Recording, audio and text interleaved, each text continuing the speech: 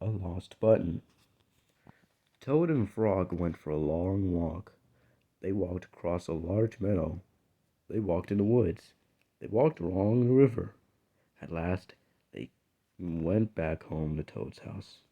"Oh, drat!" said Toad. "Not only do my feet hurt, but I've lost one of the buttons on my jacket." "Oh, oh, don't worry," said Frog. "We'll go back to all the places where we walked. We'll soon find your button." They walked back to the large meadow. They began to look for Button in the tall grass. "Here's your button," cried Frog. "That's not my button," said Toad. "That button is black. My button was white." "Mm, I, I'm sorry. I don't condone racism, nor do I support it. I'm condemning it." Toad put the black button in his pocket. A sparrow flew down.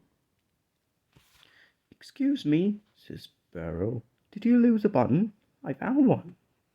"That's not my button," said Toad. "That button has 2 holes. My button has 4 holes." Toad put the button with 2 holes in his pocket. They went back to the woods. They looked on the dark paths. "Here's your button," cried Frog. "That's not my button," cried Toad. "That button is small. My button was big. It was big." Toad put the small button in his pocket. A raccoon came out from behind a tree. "I heard you were looking for a button," he said. "Here's one that I just found." "That's not my button," wailed Toad. "That button is square. My button was spinning right around like a record, baby." Toad put the square button in his pocket. Frog and Toad went back to the river. They looked for the button in the mud. "Here's your button," said Frog. "That's not my button," shouted Toad. "That button is thin. My button was thick." Toad put the thin button in his pocket. Toad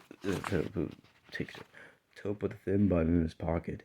He was very angry. He jumped up and down and screamed, "The whole world is covered with buttons. Not one of them is mine." Toad ran home and slammed the door. There, on the floor, he saw his white, 4-holed, big, round like a record, thick button. "Oh, it was there the whole time.